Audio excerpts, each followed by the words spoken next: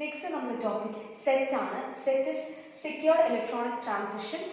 So Secured Electronic Transition എന്തിനാണ് use ചെയ്യുന്നത് വെച്ച് കഴിഞ്ഞാൽ നമ്മൾ ക്രെഡിറ്റ് കാർഡ് ട്രാൻസാക്ഷൻസിന് വേണ്ടിയിട്ട് എന്താണ് പറയുന്നത് ഒരു സെറ്റ് ഓഫ് പ്രോട്ടോകോൾസ് അല്ലെങ്കിൽ ഒരു സെറ്റ് ഓഫ് റൂൾസിനെയാണ് നമ്മൾ സെറ്റ് എന്ന് പറയുന്നത്. സെറ്റ് എന്ന് പറയുന്നത് ഒരു പ്ലാറ്റ്ഫോം അല്ല.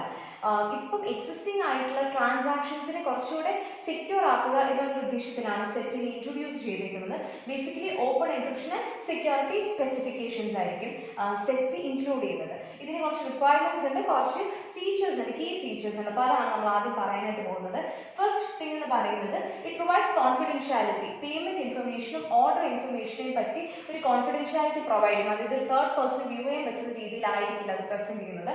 സോ അതിനെ നമ്മൾ യൂസ് ചെയ്യുന്നതാണ് എൻക്രിപ്ഷൻ. എൻക്രിപ്ഷൻ യൂസ് ചെയ്തിട്ട് നമ്മൾ ഇൻഫർമേഷൻ എൻക്രിപ്റ്റ് ചെയ്യും. അപ്പം അതിന് നമ്മൾ ചെയ്യുന്നത് യൂഷ്വലി ഡെസ് അൽഗോരിതം ആയിരിക്കും യൂസ് ചെയ്യുന്നത്. സോ ഹെൻസ് കോൺഫിഡൻഷ്യാലിറ്റി ആയിരിക്കും ഫസ്റ്റ് കീവേഡ്. അത് കീ ഫീച്ചേഴ്സിൽ ഫസ്റ്റ് ആയിരിക്കും confidentiality. Second one, it ensures integrity of all transmitted data. ഇപ്പം ഞാനിപ്പം ഒരു എനിക്കിപ്പോൾ ഒരു കാർഡ് ഹോൾഡർ ഉണ്ട്, ഒരാൾ ക്രെഡിറ്റ് കാർഡ് ഹോൾഡ് ചെയ്യുന്ന ഒരാൾ കാർഡ് ഹോൾഡേഴ്സ്. പിന്നെ അത് കഴിഞ്ഞ് ഒരു മർച്ചൻ്റ് ഉണ്ടെന്ന് വിചാരിക്കുക. അപ്പം ഇവിടുന്ന് ഇങ്ങോട്ട് ഇപ്പം എനിക്ക് എന്തെങ്കിലും ഇൻഫർമേഷൻ വിടുവാണെന്നുണ്ടെങ്കിൽ അതൊരു ഫേക്ക് ആയിട്ടുള്ള ഒരാളുടെ കയ്യിൽ നിന്നല്ല, അത് കറക്റ്റ് കാർഡ് ഹോൾഡറിന്റെ കയ്യിൽ നിന്നാണ് എന്നുള്ളൊരു ഉറപ്പ്, ഇന്റഗ്രിറ്റി അത് പ്രൊവൈഡ് ചെയ്തിട്ട് നമുക്ക് ഡിജിറ്റൽ സിഗ്നേച്ചേഴ്സ് ആൻഡ് സർട്ടിഫിക്കറ്റ്സ് കൊണ്ട് പറ്റും.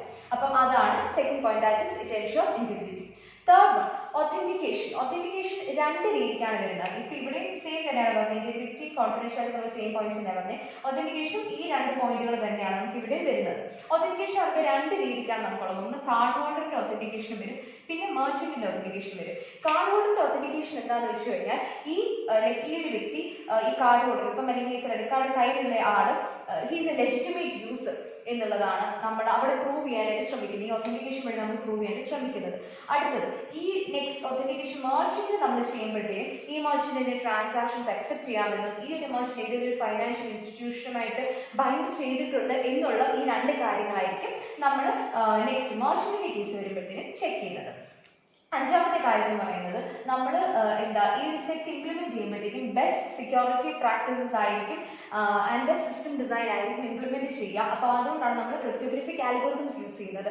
സോ ബിക്കോസ് അത് കൂടുതൽ സെക്യൂരിറ്റി പ്രൊവൈഡ് ചെയ്യും. ഇനി ആറാമത്തെ പോയിന്റ് എന്ന് പറയുന്നത് നമ്മളിപ്പോൾ ഒരു പ്രോട്ടോകോൾ ക്രിയേറ്റ് ചെയ്യുമ്പോൾ അല്ലെങ്കിൽ ഒരു സെറ്റ് ഓഫ് റൂൾസ് ക്രിയേറ്റ് ചെയ്യുമ്പോഴത്തേക്കും നമ്മൾ ട്രാൻസ്പോർട്ട് സെക്യൂരിറ്റി മെക്കാനിസത്തെ കംപ്ലീറ്റ് ആയിട്ട് ഡിപ്പെൻഡ് ചെയ്യുകയും ചെയ്യരുത്. അതിന്റെ റിലേറ്റഡ് ആയിട്ട് കുറച്ച് കോൺസെപ്റ്റ്സ് ഉണ്ട്. ഇപ്പോൾ IPsec പോലെ കോൺസെപ്റ്റ്സ് ഇന്റർഫിയർ ചെയ്യാനും പാടില്ല. അങ്ങനെ വേണം നമ്മൾ നമ്മുടെ പ്രോട്ടോകോൾ ജനറേറ്റ് ചെയ്യുമ്പോൾ അല്ലെങ്കിൽ ക്രിയേറ്റ് ചെയ്യുമ്പോഴത്തേക്കും ശ്രദ്ധിക്കാനായിട്ട്. നെക്സ്റ്റ്, ഇന്റർഓപ്പറബിലിറ്റി എൻകറേജ് ചെയ്യണം. അതായത് ഒരു പർട്ടിക്കുലർ ലൈക്ക് പല പല ഓപ്പറേഷൻസും പല പല രീതിക്കും മേർജ് ചെയ്ത് കൊണ്ടുവരുത്തിക്കാനായിട്ട് സാധിക്കണം. അതായത് ഇവിടെയുള്ള എല്ലാ ഫംഗ്ഷൻസും നമുക്ക് ഫുൾഫിൽ ചെയ്യാനായിട്ട് സാധിക്കണം. ഇനി ഈ സെയിം തിങ് തന്നെ നമ്മൾ താഴെ ഫീച്ചേഴ്സിൽ പറയുന്നത് confidentiality using the best algorithm, integrity, RSA digital സിഗ്നേച്ചേഴ്സും സർട്ടിഫിക്കറ്റ്സും യൂസ് ചെയ്ത് നമുക്ക് അറ്റൈൻ ചെയ്യാൻ പറ്റുന്നതാണ്. And authentication of both the card holder as well as the merchant. സെറ്റിന്റെ പാർട്ടിസിപ്പൻസ് ആണ് നമ്മൾ അടുത്തത് പഠിക്കാനായിട്ട് പോകുന്നത്. കാർഡ് ഹോൾഡർ, മെർച്ചന്റ്, പിന്നെ അത് കഴിഞ്ഞ് issuer, acquirer, payment gateway and സീൽ. അപ്പോൾ ടോട്ടലി പറയുവാണെന്നുണ്ടെങ്കിൽ നമുക്ക് 6 പാർട്ടിസിപ്പൻസ് ആണ് സെറ്റിനുള്ളത്. So first one, card holder. Card ഹോൾഡറിനെ പറ്റി നമ്മൾ പറയുവാണെന്നുണ്ടെങ്കിൽ again from the name itself card hold ചെയ്യുന്ന ആൾ, അതായത് who is the rightful അല്ലെങ്കിൽ legitimate owner of that credit card. അതായത് ഈ ഒരു കാർഡ് ഹോൾഡറിനെ ഇഷ്യൂവർ സർട്ടിഫൈ ചെയ്തേക്കാണ് അല്ലെങ്കിൽ ബാങ്കിൽ നിന്ന് സർട്ടിഫിക്കേഷൻ വന്നേക്കാണ് യെസ് ഇത് ഈ ഒരാൾക്ക് കാർഡുള്ള ആൾ ഹീസ് എ ലെജിറ്റിമേറ്റ് യൂസർ. അങ്ങനെ കറക്റ്റ്ലി കാർഡ് പ്രൊസസ് ചെയ്യുന്ന ഒരാളെയാണ് നമ്മൾ കാർഡ് ഹോൾഡർ എന്ന് പറയുന്നത്. സോ കാർഡ് ഹോൾഡർ ആയിരിക്കും പർച്ചേസിങ് ചെയ്യുന്നത്, അല്ലെങ്കിൽ കസ്റ്റമറിന്റെ ഒരു റോളാണ് കാർഡ് ഹോൾഡറിന് വരുന്നത്. Second one is merchant. Merchant എന്ന് പറയുന്നത് ഒരു കസ്റ്റമറിന്റെ ഗുഡ്സ് ആൻഡ് സർവീസസ് പ്രൊവൈഡ് ചെയ്യുന്ന ഒരു വ്യക്തിനെയാണ് മെർച്ചന്റ് എന്ന് പറയുന്നത്. സോ അത് മോസ്റ്റ് ഓഫ് കേസസ് ഓൺലൈൻ ആയിരിക്കും, ത്രൂ ഇമെയിൽ ആയിരിക്കും. അങ്ങനെ ഗുഡ്സ് പ്രൊവൈഡ് ചെയ്യുന്ന ഒരാളെയായിരിക്കും മെർച്ചന്റ് എന്ന് വിളിക്കുന്നത്. Third one, issuer. ഇഷ്യൂവർ എന്ന് പറയുമ്പോഴത്തേക്കും ഈ ഒരു കാർഡ് ഹോൾഡറിന് കാർഡ് ഇഷ്യൂ ചെയ്ത financial institution let be A bank. അപ്പം അങ്ങനെയുള്ള കേസ് വരുമ്പോഴത്തേക്കും ഈ ഒരു കാർഡ് ഹോൾഡറിന്റെ ഒതന്റിക്കേഷൻ ഇഷ്യൂവർ ആണോ ഉറപ്പ് വരുത്തേണ്ടത്. ഇപ്പോൾ ഒരു കാർഡ് ഹോൾഡർ പേയ്മെന്റ് ചെയ്തു എന്നുണ്ടെങ്കിലും അതിന്റെ ട്രാൻസാക്ഷന്റെ ഉത്തരവാദിത്തങ്ങൾ ഇഷ്യൂവറിന്റെ കയ്യിലായിരിക്കും ഉണ്ടായിരിക്കുന്നത്.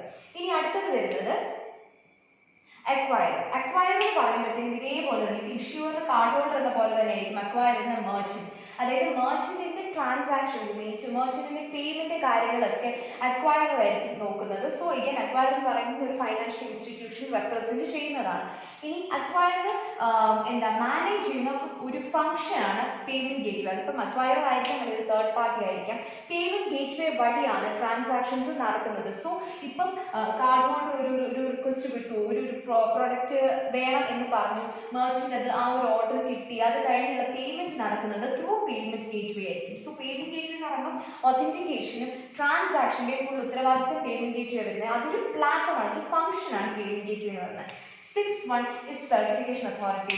Certification authority. കാരണം എന്താണെന്ന് വെച്ച് കഴിഞ്ഞാൽ നമ്മൾ ഇപ്പം ഞാൻ നേരത്തെ പറഞ്ഞ പോലെ തന്നെ സർട്ടിഫിക്കറ്റ്സ്, ഡിജിറ്റൽ സിഗ്നേച്ചേഴ്സ് ഓരോരുത്തർ ഒത്തന്റിക് ആണ് അല്ലയോ എന്ന് പ്രൂവ് ചെയ്യാൻ വേണ്ടിയിട്ടുള്ള സംഭവങ്ങളാണ്. സോ കാർഡ് ഹോൾഡർ, മെർച്ചന്റും ഇഷ്യൂവറിനും പേയ്മെന്റ് ഗേറ്റ്വേ ആൻഡ് അക്വയർ ഇത്രയും ആൾക്കാർക്ക് സർട്ടിഫിക്കറ്റ്സ് വേണം. സോ അത് ആക്ച്വലി ഇഷ്യൂ ചെയ്യുന്നത് സർട്ടിഫിക്കേഷൻ അതോറിറ്റിയാണ്. കാർഡ് ഹോൾഡർ, മെർച്ചന്റും പേയ്മെന്റ് ഗേറ്റ്വേക്ക് മാത്രമാണ് ഇഷ്യൂവർ അക്വയർ സർട്ടിഫിക്കറ്റ് ഇല്ല. So card holder, merchant and payment gateway will be provided certificate by the CA. അപ്പോൾ ഇത്രയുമാണ് സെറ്റിന്റെ പാർട്ടിസിപ്പൻസ്. ഇനി നമ്മൾ പഠിക്കാൻ പോകുന്നത് ഡ്യുവൽ സിഗ്നേച്ചർ ആണ്. ഡ്യുവൽ സിഗ്നേച്ചർ എന്ന് പറയുന്നത് ബേസിക്കലി ഒരു കസ്റ്റമർ യൂസ് ചെയ്യുന്ന ഒരു ടെക്നിക്കാണ്. എന്തിനാണെന്ന് വെച്ച് കഴിഞ്ഞാൽ ഇപ്പം മൾട്ടിപ്പിൾ മെസ്സേജസിനെ ലിങ്ക് ചെയ്യാൻ, ഇപ്പം 2 റെസിപ്പിയൻസിന് വേണ്ടി കൊടുത്തേക്കുന്ന മെസ്സേജിന് ലിങ്ക് ചെയ്യാൻ വേണ്ടിയിട്ടാണ് നമ്മൾ ഡ്യുവൽ സിഗ്നേച്ചർ യൂസ് ചെയ്യുന്നത്. ഇപ്പോൾ ഒരു എക്സാമ്പിൾ പറയുകയാണെങ്കിൽ കസ്റ്റമർ 2 മെസ്സേജ് അയക്കണം. ഒന്ന് പേയ്മെന്റ് ഇൻഫർമേഷനും 2 ഓർഡർ ഇൻഫർമേഷൻ. പേയ്മെന്റ് ഇൻഫർമേഷൻ ബാങ്കിനും ഓർഡർ ഇൻഫർമേഷനിലേക്ക് പോകേണ്ടത് മെർച്ചന്റിനുമാണ്. ഓക്കെ, ഇനിയിപ്പം ഇങ്ങനെ എനിക്ക് 2 സെപ്പറേറ്റ് ആയിട്ട് ആൾക്കാർക്ക് അയക്കണം, സേഫ് ആയിട്ടുള്ള മെത്തേഡിൽ അയക്കണം എന്നുണ്ടെങ്കിൽ എനിക്ക് ഡ്യുവൽ സിഗ്നേച്ചർ യൂസ് ചെയ്യാം. അല്ലാന്നുണ്ടെങ്കിൽ നമുക്ക് വേറൊരു പോസിബിലിറ്റി നമുക്ക് വേണം. ഡ്യുവൽ സിഗ്നേച്ചർ യൂസ് ചെയ്യാൻ വേറൊരു പോസിബിലിറ്റി ഉള്ളതെന്ന് വെച്ച് കഴിഞ്ഞാൽ കസ്റ്റമർ ബോത്ത് PI ആൻഡ് OIനെ മെർച്ചന്റ് അയക്കാം, എന്നിട്ട് മെർച്ചന്റ് PIനെ ബാങ്കിന് ഫോർവേഡ് ചെയ്യും. പക്ഷെ ഇവിടുത്തെ പ്രശ്നം എന്താണെന്നറിയാം, ഇവിടെ മെർച്ചന്റിന് both payment information and order information രണ്ടിനോടുള്ള ആക്സസ് കിട്ടുന്നുണ്ടെങ്കിൽ മെർച്ചന്റിന് ഈ പേയ്മെന്റ് ഇൻഫർമേഷനെ മാനിപ്പുലേറ്റ് ചെയ്യാനായിട്ട് സാധിക്കും, പോസിബിൾ ആണ്. ഇപ്പോൾ വേറൊരു ഫേക്ക് OI കൂടെ കൊണ്ടുവന്നു കഴിഞ്ഞാൽ ഈ ഒരു PIയുടെ ഒത്തന്റിസിറ്റി നമുക്ക് ക്വസ്റ്റ്യൻ ചെയ്യേണ്ട ആവശ്യം വരും. സോ അങ്ങനത്തെ ഒരു ചാലഞ്ച് ഒഴിവാക്കാൻ വേണ്ടിയിട്ടാണ് നമ്മൾ ഡ്യുവൽ സിഗ്നേച്ചർ യൂസ് ചെയ്യുന്നത്. ഇവിടെ നമ്മൾ ചെയ്യുന്നത് എന്താണെന്ന് വെച്ച് കഴിഞ്ഞാൽ പേയ്മെന്റ് ഇൻഫർമേഷൻ, ഓർഡർ ഇൻഫർമേഷൻ്റെ 2 എണ്ണത്തിനും ഹാഷ് ചെയ്യുകയാണ് ചെയ്യുന്നത് യൂസിങ് SJCET. 2 SJCET അൽഗോരിതമാണ് യൂസ് ചെയ്യുന്നത്. ഇനി അത് നമുക്ക് കിട്ടി payment information message digest, order information message digest. ഇത് നമ്മൾ കൺകാറ്റിനേറ്റ് ആണ് ചെയ്യുന്നത്. കൺകാറ്റിനേറ്റ് ചെയ്ത് കഴിഞ്ഞിട്ട് ഇതിനെ വീണ്ടും ഹാഷ് ചെയ്യുകയാണ് യൂസിങ് SJCET അൽഗോരിതം. അപ്പോൾ ആ ഹാഷ് ചെയ്ത് 2 ഹാഷ് ചെയ്ത് കമ്പൈൻ ചെയ്ത് 2 ഹാഷ് ചെയ്ത് നമുക്ക് പേയ്മെന്റ്, ഓർഡർ, മെസ്സേജ് ഡൈജസ്റ്റ് നമുക്ക് കിട്ടും. അത് കഴിഞ്ഞിട്ട് നമ്മളിതിന് എൻക്രിപ്റ്റ് ആണ് ചെയ്യുന്നത്. എൻക്രിപ്ഷന് വേണ്ടി നമ്മൾ യൂസ് ചെയ്യുന്നത് RSA അൽഗോരിതമാണ്. എൻക്രിപ്ഷന് വേണ്ടി നമ്മൾ യൂസ് ചെയ്യുന്ന key private key of C ആണ്. സോ ഇത് നമുക്ക് കിട്ടും. അത് കഴിഞ്ഞിട്ട് RSA വെച്ചിട്ട് നമ്മളിതിനെ എൻക്രിപ്റ്റ് ചെയ്യും. എൻക്രിപ്റ്റ് ചെയ്തിട്ട് കിട്ടുന്ന ഫൈനൽ ഔട്ട്പുട്ട് എന്ന് പറയുന്നതാണ് ഡ്യുവൽ സിഗ്നേച്ചർ. നമുക്കിതിനെ ഇപ്പോൾ ഈക്വേഷൻ രീതിക്ക് റെപ്രസെന്റ് ചെയ്യുകയാണെങ്കിൽ നമുക്ക് ഇനി ഫസ്റ്റ് സ്റ്റെപ്പ് എടുക്കാം. പേയ്മെന്റ് ഇൻഫർമേഷൻ നമ്മൾ എന്താ ചെയ്യുന്നത്, ഹാഷ് ചെയ്യുന്നത്. അതുപോലെ ഓർഡർ ഇൻഫർമേഷൻ നമ്മൾ ഹാഷ് ചെയ്യുക. ഓക്കെ, ഇനി ഈ 2 കൺകാറ്റിനേറ്റ് ചെയ്യും. ഇനി ഇവരെ വീണ്ടും ഞാൻ ഹാഷ് ചെയ്യുക. എന്നിട്ട് ഈ ഹാഷ് ചെയ്തതിന് ഞാൻ എൻക്രിപ്റ്റ് ചെയ്യുക. എന്ത് യൂസ് ചെയ്ത്, private key of the customer use ചെയ്തിട്ട്.